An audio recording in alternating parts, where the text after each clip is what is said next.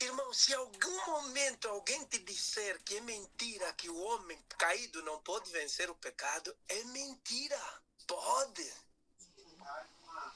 Não só pode, como deve. Não só deve, como está disponível.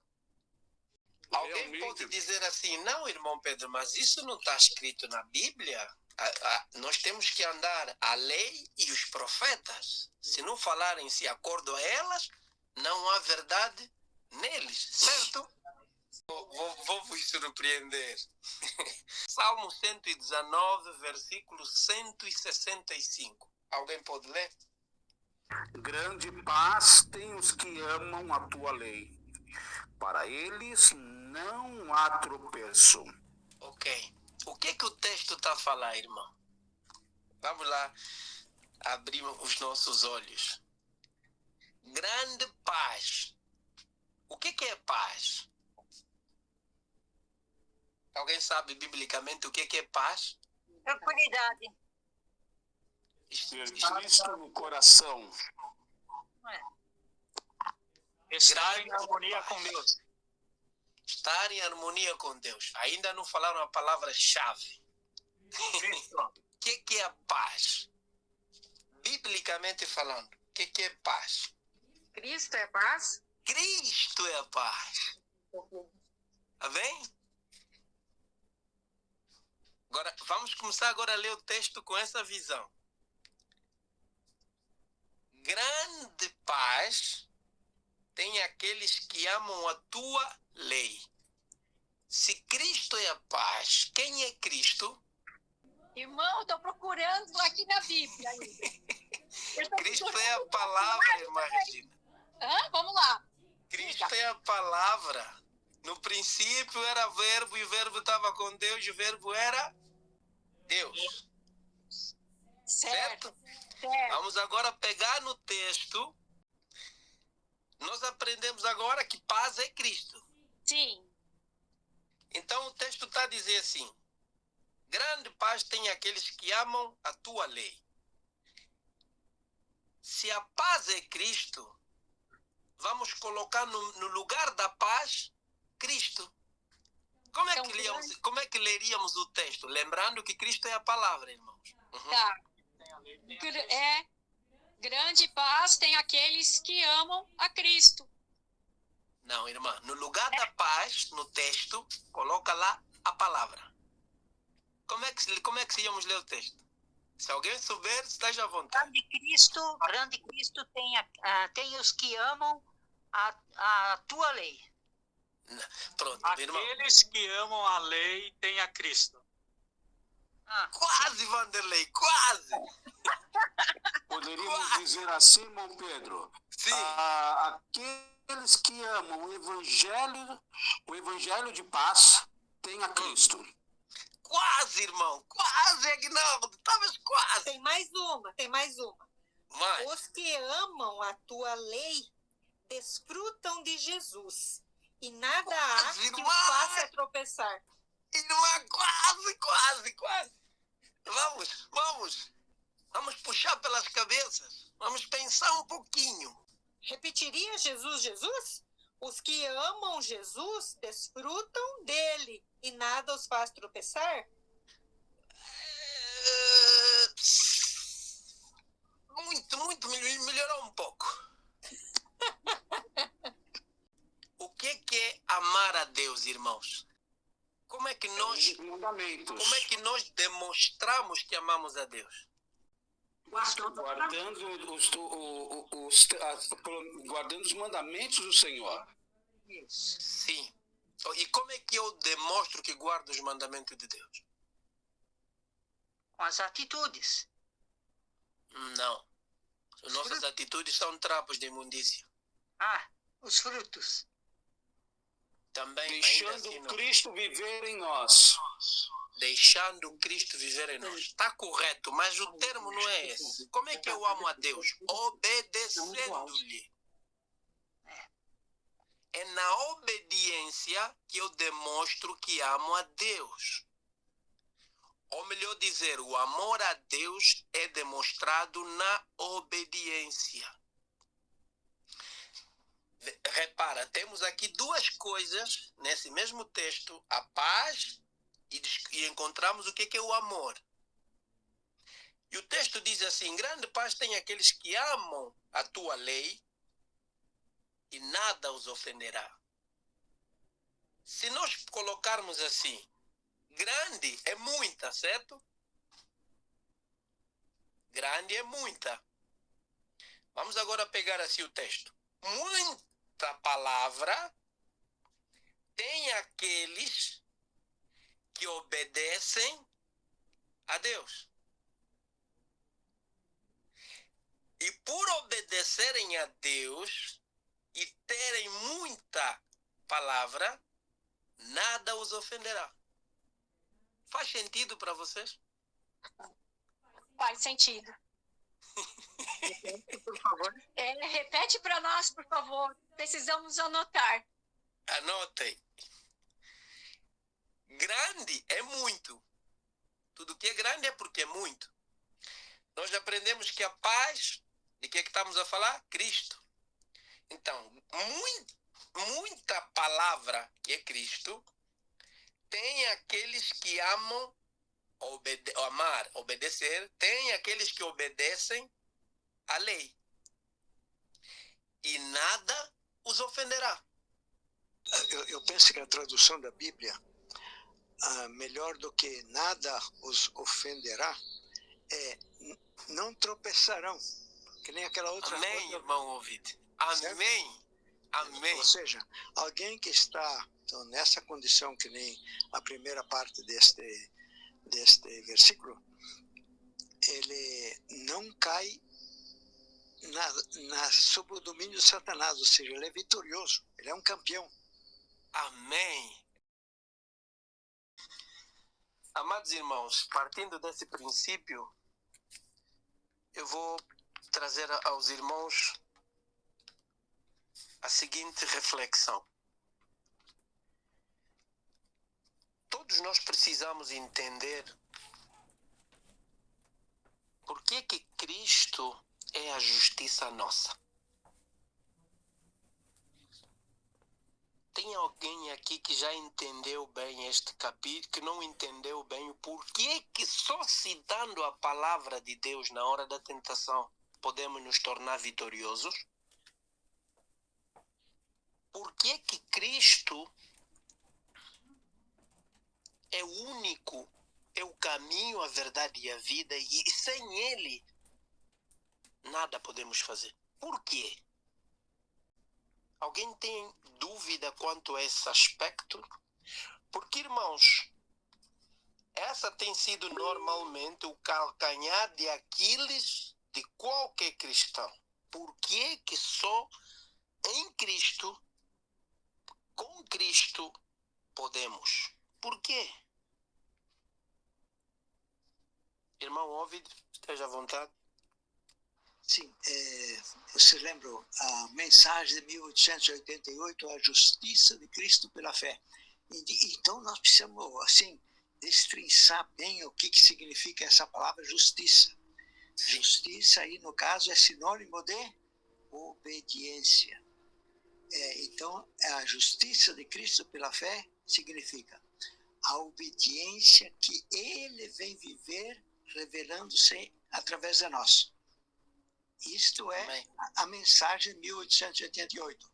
A justiça de Cristo pela fé. Ellen White disse o seguinte: um tema ia superar todos os demais. Cristo, justiça nossa. Ou em outras palavras, a obediência que Ele vem viver a nós. Porque a justiça de Cristo e a obediência de Cristo são sinônimos. Amém? Amém. Então, irmãos, vamos fazer mais uma introduçãozita para entrarmos na profundidade disto. Irmãos, nós sabemos que quando Deus criou o homem e o homem pecou, Adão e Eva, o homem se tornou indigno da confiança de Deus. O homem se tornou contra Deus.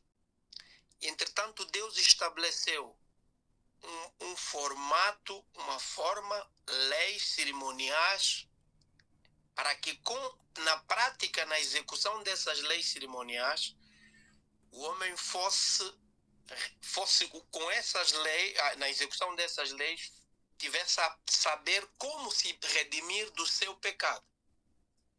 Mas esse formato nunca aperfeiçoou ninguém. Ainda haviam falhas.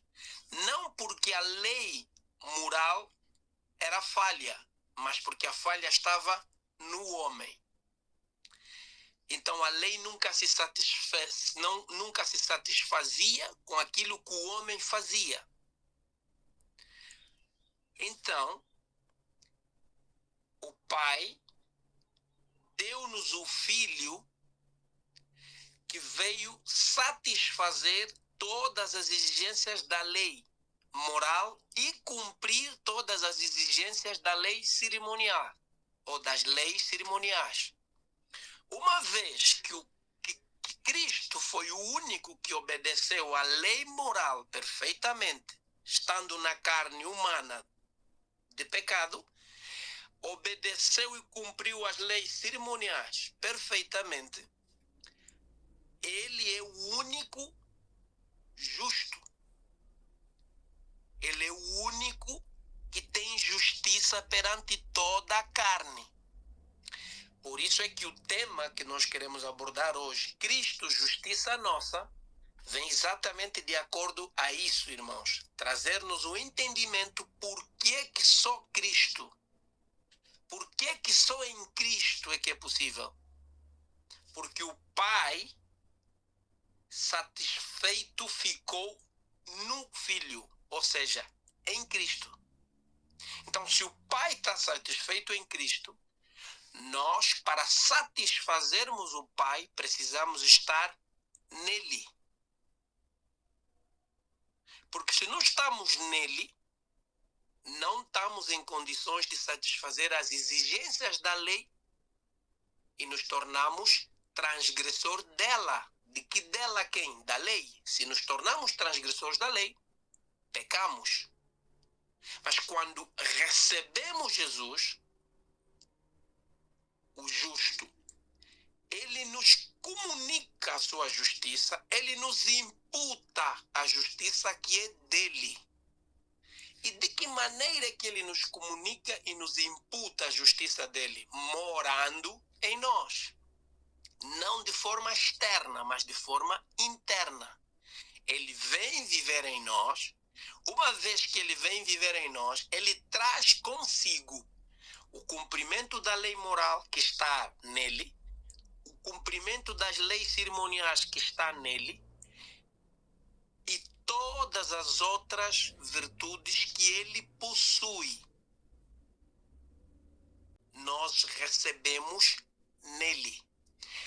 E como lemos em 2 de Pedro, que nele, em Cristo, o Pai deu todas as coisas, então todas as nossas petições que são feitas a Deus, nós obtemos nele. Por quê? Porque nós não podemos, não temos como ir buscar do Pai o que pedimos ao Pai. Mas Cristo foi ao Pai buscar o que nós pedimos ao Pai para nós. Antes de nós pedirmos, o próprio Pai já sabia o que nós precisávamos e deu tudo que nós necessitávamos no Filho. Por isso é que a justiça de Cristo é a única que pode nos habilitar, que pode nos tornar dignos da confiança do Pai. Para que Cristo fosse verdadeiramente o nosso penhor, fosse ele que pagasse o preço da nossa redenção, ele precisava ser um de nós. Só sendo um de nós é que seria legítimo que ele pudesse pagar pelos nossos pecados. Por isso é que a Bíblia chama de Jesus como o segundo Adão. Assim como o primeiro Adão, nós todos viemos a existir pelo primeiro Adão, e o Adão primeiro tendo pecado, toda a sua descendência nasceu com essa máquina propensa para pecar, contrária à vontade de Deus.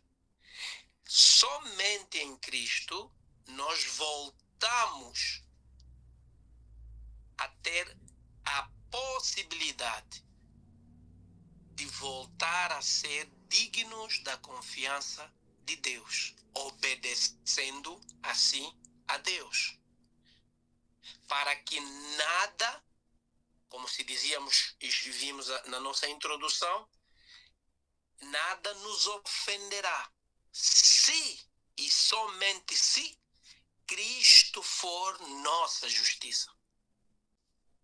Penso que até aqui estamos entendidos. É importante frisar essas coisas, irmãos, porque lá à frente, na medida que vamos progredindo no conhecimento de Deus, essas bases serão essas com certezas vão ser a nossa base mais do que importante para percebermos muita coisa lá à frente. Vamos pegar, por exemplo, irmãos, no livro Como, aqueles que o tenham, abram, por favor, irmãos, o livro Como, e vamos estudar paralelamente com a nossa Bíblia, João capítulo 15, versículo 7. No livro Como, na edição nona, na nona edição, vamos ver o método de Jesus.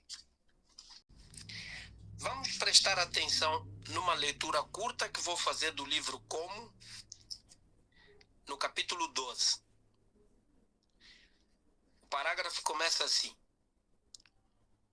o êxito em obedecer fielmente a Deus pela fé, em receber a perfeita justiça de Cristo pela fé, em ter verdadeiro sucesso na vida espiritual, sempre esteve e sempre estará inteiramente associada a uma eficaz vida devocional. Prestem atenção a isso, irmãos. O sucesso está ligado a uma eficaz vida devocional. O irmão Ovid usa um termo que é muito importante que nós saibamos aqui, irmãos. O seguro, assim como nós, quando temos um veículo, um bem, um patrimônio, temos que assegurá-lo numa determinada seguradora. A nossa vida também passa por isso. Nós precisamos ativar um seguro diário, e o nosso seguro só tem duração de 24 horas. Por isso, uma vida eficaz, devocional. Vou repetir, irmãos. Uma vida devocional, uma vida eficaz, devocional, é importante e sempre esteve pela vida devocional e sempre estará inteiramente associada ao sucesso na vida espiritual. Não é hoje estamos com Cristo de manhã, hoje tivemos e amanhã tivemos, depois da manhã já não estamos, passa 2 dias não estamos. Irmão, isso não é uma vida devocional ativa. Uma vida devocional eficaz, ativa, uma ativação da apólice de seguro diariamente, que só tem validade de 24 horas, isso nos coloca num patamar de termos, irmãos, uma vida espiritual ativa. Mas também é importante realçarmos aqui que esta vida devocional que nós necessitamos ter de forma ativa, ela tem que estar baseada num verdadeiro estudo da palavra. Não é num estudo de tudo e mais alguma coisa. Não? Ela tem que estar baseada num estudo claro da Bíblia e o espírito de profecia. Isso é extremamente importante, irmãos. Continuando a leitura. Entretanto, como observamos na apresentação, manter-se uma eficaz vida devocional a fim de realmente se obter êxito na luta contra o mal, em subjugar perfeitamente o ego, é uma condição muito necessária. Retenho essas informações, irmão. É uma condição muito necessária. Sim, porém, não é suficiente. Há que se acrescentar mais um outro elemento fundamental, imprescindível, a fim de completarmos o almejado como. Para nós obtermos sucesso, depois de entendermos que uma vida eficaz devocional, uma vida devocional eficaz, é extremamente importante, precisamos agora compreender que necessitamos adicionar algo à nossa vida devocional. E esse algo a ser adicionado na nossa vida devocional é exatamente isso. Com o estudo que vamos obtendo, aprender como dizer não a Satanás. Como repelir Satanás quando ele nos convida a transgredir a lei de Deus. E esse método é o método de Cristo, é o método que nós vamos aprendendo dia após dia. A ausência desse elemento vital ocasionaria uma aparência de reverência a Deus, conforme 2 de Timóteo, no capítulo 3, versículo 5. Mas sem poder.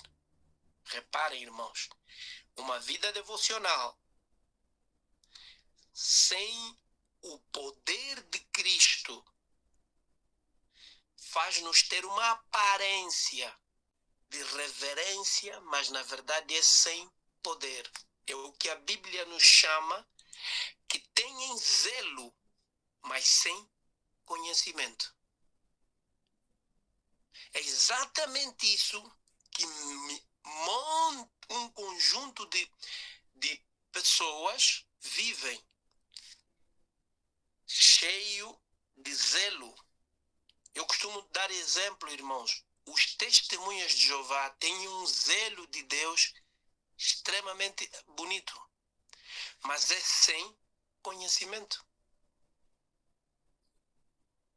Ou seja, não têm poder. Porque o poder só se obtém quando repelimos Satanás, quando nos convida a transgredir o mandamento de Deus, dizendo, assim diz o Senhor.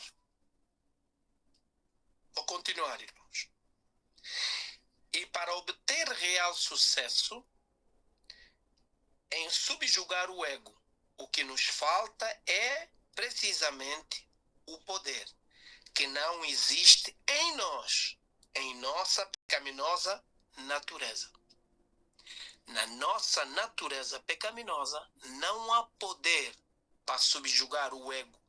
Não há poder para vencer. Então, o poder que nos leva a vencer está fora de nós. Está em Cristo. Então, o que é que nós necessitamos? Convidar, permitir que Cristo venha viver em nós, vivendo Ele em nós, Ele vencerá por nós. Atenção, irmão, nós não vencemos, Ele vence por nós. Às vezes nós temos a percepção que nós temos que ser igual a Cristo. E até no Inário Adventista tem um louvor que diz que nós devemos ser igual a Cristo. Irmãos, não é verdade, isso não é verdade. Nós jamais seremos igual a Cristo. E nós nunca devemos almejar ser igual a Cristo. Nós temos que almejar que Ele, o próprio fazer morada em nós, guiar-nos a partir de dentro. Uma vez que ele vem habitar em nós, ele vai colocar os nossos sentimentos na ordem certa, as nossas emoções no lugar certo, a nossa razão no lugar certo. Ou seja, é aquilo que está escrito em Salmos 47. Ele subjugará os povos e os colocará debaixo dos nossos pés, com a herança de nosso pai Jacó, a quem ele amou. Temos que começar a compreender essas coisas, irmãos. Isso é muito, muito, muito importante. Com que método, de que forma Jesus venceu as tentações no deserto? Citando a palavra de Deus. Na hora da tentação, com fé. Nunca retirem essa palavra, irmão. Citar a palavra de Deus na hora da tentação, acreditando que essa palavra que nós estamos a citar tem poder para subjugar Satanás e todas as suas hostes. Só assim é que tornaremos-nos vencedores. Primeiro vencemos dentro, para depois fora. Primeiro organizamos a casa, para depois fora. Os atributos de Deus. Esse é um subtítulo que nós precisamos prestar atenção. Deus é amor. Todos nós sabemos disso. Está escrito em 1 de João, capítulo 4, versículo 8. Deus é amor. Porque se suas coisas invisíveis desde a criação do mundo, tanto o seu eterno poder como a sua divindade, se entendem e claramente se veem pelas coisas que estão criadas. Romanos capítulo 1, versículo 20. As coisas de Deus nós entendemos quando olhamos tudo que ele criou. E quando nos debruçamos a olhar em tudo que Deus criou, nos surpreendemos, ficamos assim maravilhados. Uau, que obra extraordinária que Deus fez. Ninguém jamais fez e fará uma obra semelhante ao que Deus fez. Então, nisso fica a convicção de que se ele foi capaz de fazer essas obras extraordinárias, ele tem poder para refazer todo o nosso ser de dentro para fora. Então, quando ele nos convida em lembra-te do dia do sábado para o santificar, porque em 6 dias fez o Senhor o céu, a terra, o mar e tudo que neles há. Ele está a deixar claro quem ele é, que poder ele tem, o que é que ele pode fazer. Se ele pode fazer todas essas coisas, ele também tem poder, se nós permitirmos que ele venha habitar em nós, de pegar na nossa vida que está completamente destruída, colocá-la em ordem, de forma que não mais transgrediremos a lei, de forma que nos tornamos dignos da confiança de Deus para irmos habitar novamente na presença de Deus. Ou seja, de voltarmos ao Éden. Este é o convite de Deus, irmãos. Voltarmos ao Éden antes do pecado. Continuando. Foi por amor que ele criou para fazer o bem aquilo que criasse. Nosso Pai se delicia ao manifestar-lhe o seu amor. Por isso, irmãos, nós deveríamos prestar atenção em pedir a Deus isso nas nossas orações. Nós nós deveríamos pedir isso a Deus nas nossas orações. Cria em mim, ó Pai, um coração puro, porque Ele pode criar isso em nós, se e somente se nós pedirmos que Cristo venha habitar em nós. Ele criará em nós novos corações. Removerá esse coração de pedra que há em nós, colocará em nós um coração de carne, um coração propenso para obedecer a Deus, um coração propenso para estar feliz, satisfeito em fazer o próximo bem. Continuando, o que podemos conhecer dos atributos do nosso Pai, primordialmente pelo que está revelado nas Escrituras e através daquilo que vimos na natureza. Sabemos que a justiça e a misericórdia são as duas principais virtudes que compõem seu caráter de amor incomparável, insondável, cuja maior demonstração culminou em nos dar seu Filho unigênito, o qual selou por toda a eternidade a sua sorte com a da humanidade, magnificou. Quando nós entendemos essas coisas, irmãos, então esse texto está a nos remeter a pensar o que é? João 3,16. Deus amou o mundo de tal maneira que deu o seu Filho unigênito. Para que Ele fez isso? Para nos fazer o bem. Porque nós de nós mesmos não saberíamos sair daquele poço de lamaçal onde nos encontramos. Não há poder, nem sequer há predisposição em nós de sair do poço de lamaçal. Somente em Cristo conseguimos sair da nossa condição de perdidos. Nas declarações bíblicas, nós conseguimos compreender e aprender que Deus é onipotente, onisciente, onipresente. Jesus mesmo afirmou isso para nós. Pois que está escrito, para Deus tudo é possível. Se para Deus tudo é possível, o que para Deus é impossível, irmãos? Alguém sabe me dizer aqui o que para Deus é impossível? A irmã Rose disse que nada é impossível para Deus. Mas eu vou vos dizer que há uma coisa impossível para Deus. Ah, sim, irmão. Olá, boa tarde, graça e paz a todos.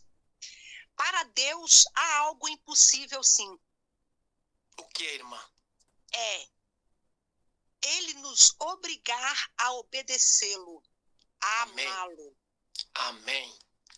Verdadeiramente, irmãos, louvado seja Deus, irmã. Tem uma coisa para Deus que é impossível, Ele passar em cima do nosso livre-arbítrio. Nos obrigar a amá-lo, nos obrigar a obedecê-lo, ainda que seja benéfico para nós, mas isso Ele não faz. Ele espera que nós o aceitemos, que nós o amemos com o amor que Ele vai imprimir em nós. Reparem a extraordinariedade do nosso Deus. Nós somos pobres, miseráveis, cegos e nus. Mas ainda assim Ele não passa em cima do nosso livre-arbítrio. Jamais, porque o livre-arbítrio para Deus é um templo sagrado. E Ele espera que nós o aceitemos por nossa vontade. Mas vamos assim dizer, quem vai aquecer a nossa consciência ao ponto de ir atrás dele é Ele. Mas esse mérito Ele atribui a nós. Mas quem fez foi Ele. Como é que fica isso humanamente falando? Parece que estamos a falar de coisas impensáveis na mente humana. realmente é. Como é que ele é que faz a obra, mas é a nós que ele atribui o mérito da obra feita. Porque se nós não aceitarmos, ele não fará obra nenhuma. Mas se nós aceitarmos e nós permitirmos, aí sim ele fará uma obra extraordinária por meio de Cristo em nós. Por meio de Cristo em nós. Ou seja, reparem, irmãos, que nós vamos para 2 passos à frente, 10 passos para frente, voltamos 3 passos para trás, 5 passos para trás, para falar exatamente da mesma coisa. Que só há justiça em Cristo. Só somos dignos de justiça nele. Por isso Cristo é a justiça nossa.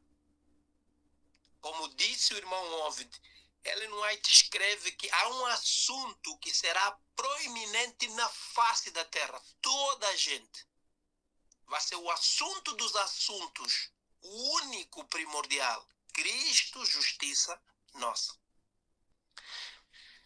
Seu inigualável poder foi demonstrado ao criar tudo o que vimos. E como criou ele. A pergunta é, como Deus criou? Irmãos, vou chegar aqui numa introdução, numa parte. Eu estava a estudar um pouco do hebraico. A palavra contida em Gênesis, no princípio, no hebraico é... Como é que se diz? Alguém sabe dizer? Bereshit. Bereshit. A palavra Bereshit significa o quê? A tradução diz no princípio. Mas verdadeiramente, irmãos, a palavra Bereshit significa dizer no interior, na mente de Deus. É onde as coisas começaram. E eu lembro-me de ter tido uma conversa com o irmão Vanderlei, onde falamos exatamente esse ponto, irmãos. Quando nós olhamos para um prédio, olhamos para a nossa casa, qual é a ideia que nós temos se alguém nos perguntar quando é que começaram a construir esse prédio ou esta casa? Qual é a ideia que nós temos? Que foi no lançamento da primeira pedra, certo? Mas não é, irmãos. A construção não começou aí. A construção começou na mente. Quando a primeira pessoa disse, vou construir isto, ou vou fazer aquilo. É aí onde começou a construção da coisa. O lançamento da primeira pedra é apenas a materialização daquilo que a concepção da mente já tinha feito. Ou já tinha sido concebido na mente. Então, o Bereshit, do hebraico original, irmãos, está a querer dizer que todas as coisas começaram na mente de Deus. E elas se tornaram visíveis quando ele falou. Haja luz.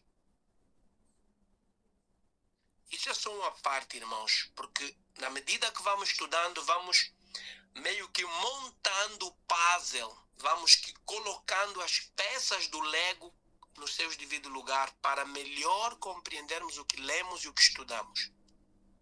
Continuando. De qual maneira manifestou ele seu infinito poder? Por sua palavra. As nossas palavras não têm qualquer poder de criar coisa alguma. Entretanto, a palavra de Deus tem em si própria esse poder criador. Então, meu irmão, tendo entendimento disso, Quando nós citamos a palavra de Deus na hora da tentação com fé, nós estamos a criar, por meio da palavra, aquilo que nós não temos. Ou seja, Cristo está a revelar-se e a verbalizar-se pela palavra que nós dissemos, citamos na hora da tentação. Seja ela mental ou seja ela verbalizada. Por isso, irmãos, citar a palavra de Deus quando o nosso filho nos está a levar ao aborrecimento, não matarás, está escrito. Isto não é loucura, irmãos. É um método eficaz para podermos vencer o ego, para poder subjugar o ego. Citar a palavra de Deus na hora da tentação, com fé, é o caminho que nos leva à vitória. Porque falou e foi feito, mandou e logo apareceu. Salmos 33, 9. Pela palavra de Deus, já desde a antiguidade, existiram os céus e a terra. 2 de Pedro, capítulo 3, versículo 5. Nós agora, irmãos, com esse entendimento, precisamos nos posicionar em termos de compreensão bíblica, se nós somos criacionistas ou somos evolucionistas. Cada um de nós tem que agora começar a se posicionar se somos criacionistas, como Deus cria, ou seja, se cremos no criacionismo de Deus, ou cremos no evolucionismo de Darwin. Como cristãos, temos que começar a ter essas concepções. Essas caixas têm que começar a ficar definidas. Se somos criacionistas, nós temos bases bíblicas e espírito de profecia suficiente para crermos em Deus como Ele criou as coisas. Em quanto tempo houve entre Ele falar, produz a terra, conforme Gênesis 1, 11, e aparecimento da grama, das ervas que dão semente, das árvores frutíferas, etc. Séculos, anos, meses, dias, horas, minutos, segundos. Como é que as coisas aconteceram? Como nós temos crido que quando Deus disse haja luz, demorou o quê? Segundo, hora, mês, século, ano? Como tu crês? Foi instantâneo, né, meu irmão? Amém. Foi instantâneo. Por que foi instantâneo, irmãos? Vimos no parágrafo anterior, irmãos, porque a palavra de Deus tem poder criativo para criar aquilo que não há. Foi instantâneo. Então, se foi instantâneo, o nosso Deus é criacionista, não é evolucionista. Precisamos entender bem essas coisas. Tudo apareceu instantaneamente. Ato contínuo. Na medida que foi falando, foram aparecendo as coisas continuamente. Como criacionista, os cristãos que creem e sustentam que a palavra criou instantaneamente, que não passou qualquer lapso de tempo entre o proferir a palavra e a coisa ser criada, surgindo do nada, nem um segundo sequer. Sabemos que há professos criacionistas que creem que foi pela palavra que Deus criou e, entretanto, não creem que o processo tinha sido instantâneo, e sim que decorreu algum tempo até o fato acontecer. Prestem atenção nesse parágrafo, irmãos.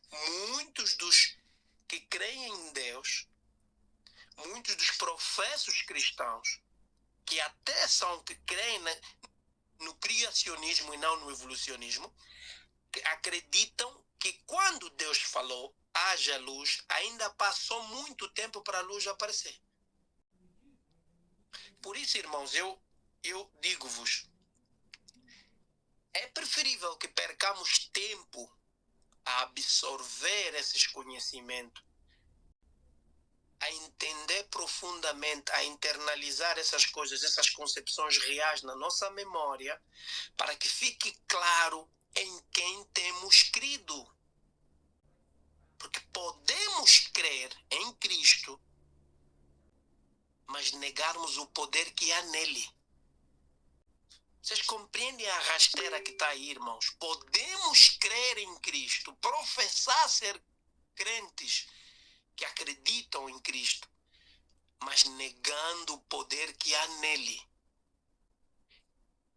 Sim, irmã Regina, pode dizer, por favor? É a Rejane. Regiane, sim. É a Rejane aqui que está junto com a Regina. Eu estava aqui meditando e estava pensando que eu, como cristã, eu me dizia criacionista. Na letra ali, né? Mas no espírito eu estava refletindo que eu era evolucionista, infelizmente. Porque eu sempre estava tentando melhorar e a coisa nunca mudava. Vocês entendem o perigo, irmãos? Ainda bem, obrigado, irmã, pelo testemunho. E se de algum modo, antes desse entendimento chegar à irmã Regiane, ela podia defender com unhas e dentes, com todo o coração dela, com toda a mente dela, com toda a verdade dela, de que ela estava certa. Mas não tinha, ou seja, na sua ação, na sua forma de pensar, de acreditar, na sua crença, ela estava a negar o poder que há em Deus de fazer as coisas instantaneamente. Continuando a leitura, irmãos. Assim, se alguém crê que decorreu um segundo, que seja entre o pronunciamento da palavra e a coisa ser criada, já não é um criacionista, e sim um evolucionista. Se alguém crê que decorreu um segundo sequer, quando Deus proferiu a palavra, até surgir aquilo que Deus falou, já é um evolucionista, não um criacionista. Muitos, mas o seria se compreendessem que se passaram logo períodos de tempo. Muitos, mas o seria se compreendessem que se passaram longos períodos de tempo. Esse tema, irmãos, é um tema muito interessante, é muito pertinente, é um tema extremamente importante. E esse tema, irmãos, vai nos levar a um ponto de começarmos a compreender se nós somos cristãos pós-lapsarianistas ou pré-lapsarianistas. Porque nada na Bíblia é dissociado com uma coisa com a outra. Estão todas elas interligadas. Todos os temas estão interligados. Se tu fores a estudar profundamente, vais ver que a má compreensão de um determinado ponto das Escrituras vai te levar a compreender os pontos subsequentes de maneira errada. Sim, irmão, alguém tem a mão no ar? Sim, sou eu. Olha só, o senhor falando aí, irmão, de que a palavra de Deus ela é criativa, exatamente, ela é criativa. Porque quando Deus diz lá nos 10 mandamentos, não matarás, é porque a palavra dele, o intento dele, tem todo o poder para fazer com que eu não mate.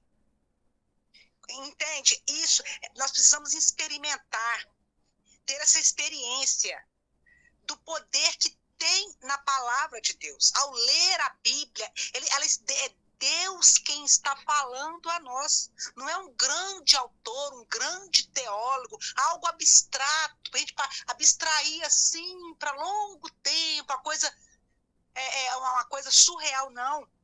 Deus está falando ali, eu devo acreditar naquilo ali, porque Ele tem poder suficiente para tornar aquilo ali realidade na minha vida.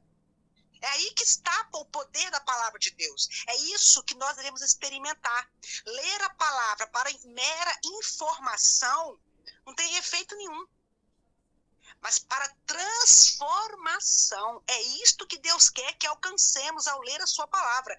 Transformação. Tenho dito. Amém. Irmãos, esse é o entendimento que Paulo nos convida a chegarmos em Romanos capítulo 12, do versículo 1 até o versículo 4. Este é o entendimento que Paulo nos convida a atingirmos, para que sejamos transformados pela renovação da nossa mente. E quem vai renovar a nossa mente é exatamente a palavra. Porque ela vai criar novos caminhos neurais que nós atualmente não temos. E não vai criar os novos caminhos neurais daqui a anos. Ele os cria instantaneamente. Ser evolucionista ou crer na evolução é ser infiel. É não crer em Deus. Vocês percebem, irmão, como uma coisa que aparentemente é simples, aparentemente é insignificante, mas torna-se significativa, passa a ter um peso no pendor daquilo que temos crido, só porque nos desviamos um milímetro em crer em Deus e não crer não crer no criacionismo direto e de forma instantânea, já nos torna infiéis. Já não estamos a crer em Deus como Ele é. Pois que está escrito, irmãos, denomina-se infiel aquele que não tem fé em Deus, que não crê em sua palavra. Um evolucionista revela infidelidade às escrituras e, portanto, à palavra e, portanto, a Deus. Essa é a sua autodefinição. A hipótese da evolução visa responder um número de perguntas com respeito ao começo ou gênesis das coisas.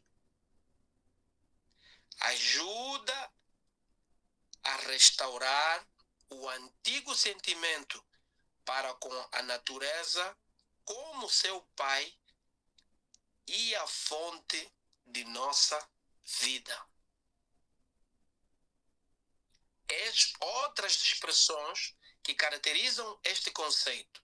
Evolução é a teoria que representa o curso do mundo como uma transição gradual do indeterminado para o determinado, do uniforme para o variado, e que presume que a causa desses processos está imanente, ou seja, que existe sempre em um dado objeto e é inseparável dele, no próprio mundo que deve assim ser transformado. Prestem atenção, irmãos, nesses pontos que acabamos de frisar aqui nessa leitura. A evolução, desse modo, é quase sinônimo de progresso. É uma transição do inferior para o superior, do pior para o melhor. Assim, o progresso aponta a um crescente valor em existência como julgado por nossos sentidos. Ou seja, a evolução que nega o criacionismo,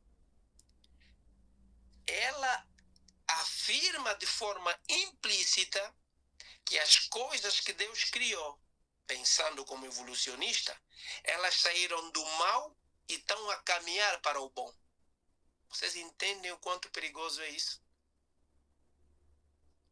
Passando um atestado de incompetência a Deus.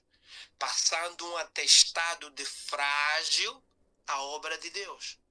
E que ela precisa evoluir para se tornar boa, para se tornar forte. E isso é chamar Deus de incapaz.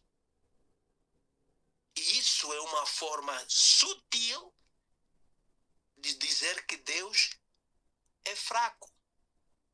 É uma forma sutil de dizer que Jesus, de dizer que Deus Pai, Jesus e o Espírito Santo, os três juntos, são fracos. E que Satanás é mais forte. Vocês entendem o perigo de uma coisa tão insignificante? Porque o irmão Pedro traz esse assunto para ser estudado?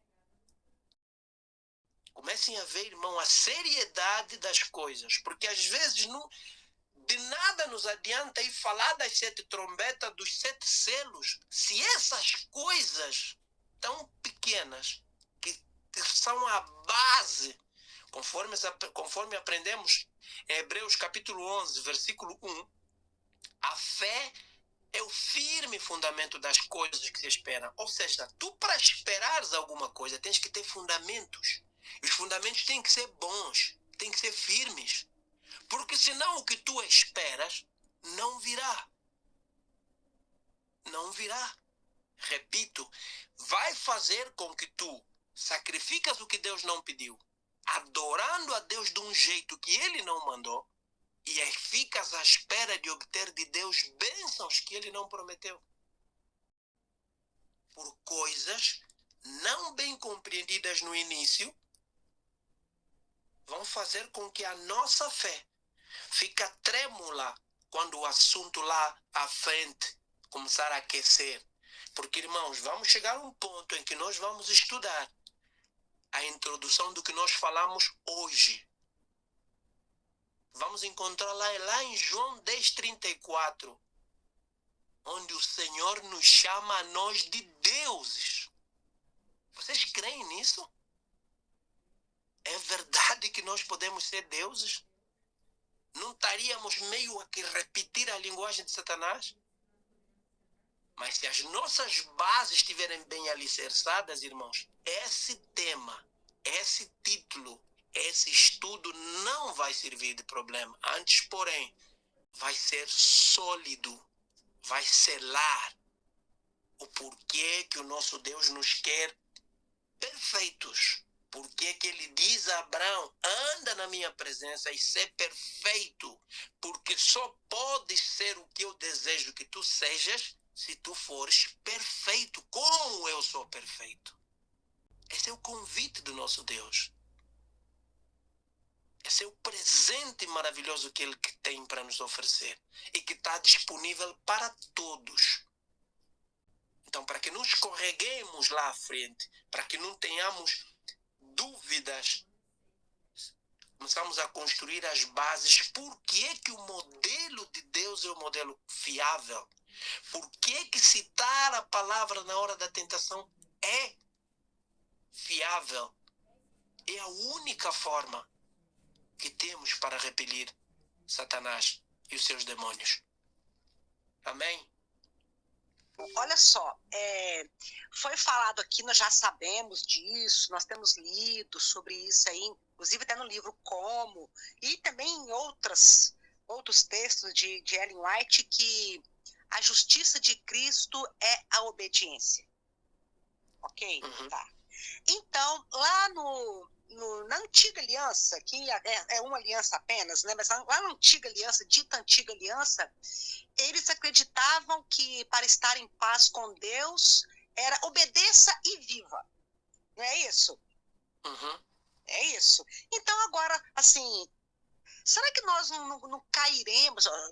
Não é a dúvida minha, apenas estou colocando essa pergunta para o irmão esclarecer um pouco mais. Olha só, então não seria, de certa forma, um legalismo, uma justiça pelas obras, nossa, hoje, essa obediência, essa justiça disso, eu sei que não é, tá, irmão? Não é a mesma coisa que eles faziam lá no passado, que obedeça e viva. Então, qual é a diferença? Tá entendendo? Sim. Boa. Pergunta muito, muito inteligente da irmã. Louvado seja Deus. Irmã, qual é a diferença entre o modelo antigo com o modelo novo? Vamos assim usar essa designação. Irmã, nós precisamos compreender uma base muito simples. Nós não obedecemos a Deus com a nossa força, com guardar a lei, a letra da lei. Não, nós obedecemos a Deus guardando o espírito da lei em Cristo. Entendam, por favor, essa diferença. No antigo, vamos assim dizer, na antiga aliança, que não é, aliança é só uma, mas vamos tentar falar dessa forma para ver com entendimento. Na antiga aliança, o homem precisava fazer algumas coisas para ser perdoado, para ser justificado. Mas esse modelo nunca aperfeiçoou ninguém. Mas na nova aliança, nós temos alguém que pode aperfeiçoar, não é pode, vai aperfeiçoar todos. É Cristo. Amém. Fique claro essa designação. Ou seja, na antiga aliança, quem ia falar com Deus para pedir perdão por nós era um ser humano como eu, que era o sumo sacerdote. E era segundo a ordem de Arão, que era sobre as obras da lei. Na nova aliança, nós temos um outro sumo sacerdote, que já não é um homem como eu. É Cristo, que entrou no lugar santíssimo, onde homem nenhum da ordem de Arão, do sacerdócio de Arão, podia entrar. Hoje nós temos um sumo sacerdote que entrou num tabernáculo celestial e ministra lá por nós. Ou seja, o nosso sumo sacerdote está sob promessas melhores do que aquelas que o sumo sacerdote antigo estava. Então, nós hoje obedecemos a Deus nele. Não mais pela letra da lei, mas pelo espírito da lei, em Cristo Jesus. Ou seja, nós recebemos a justiça de Cristo, não a nossa justiça. Nós somos escondidos debaixo do guarda-chuva de Jesus, quando aceitamos Jesus. Não mais nós que nos apresentamos a Deus, mas é Cristo que se apresenta a Deus por nós. E nós estamos escondidos nele. Quando ele se apresenta ao Pai, ele apresenta-me a mim também, porque eu estou nele. E o Pai não vê a mim, vê ele.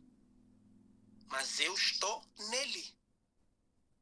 É como uma mãe está grávida, ela tem filho, mas quando nós olhamos para a mãe grávida, o que é que vimos? Só vimos a mãe, não vimos o bebê, só estamos a ver uma barriga. Mas quem dentro da mãe está lá? Um filho, está lá um bebê. Mas a mãe, quando se apresenta, apresenta-se ela. Ela não apresenta o bebê, porque o bebê ainda nem sequer nasceu.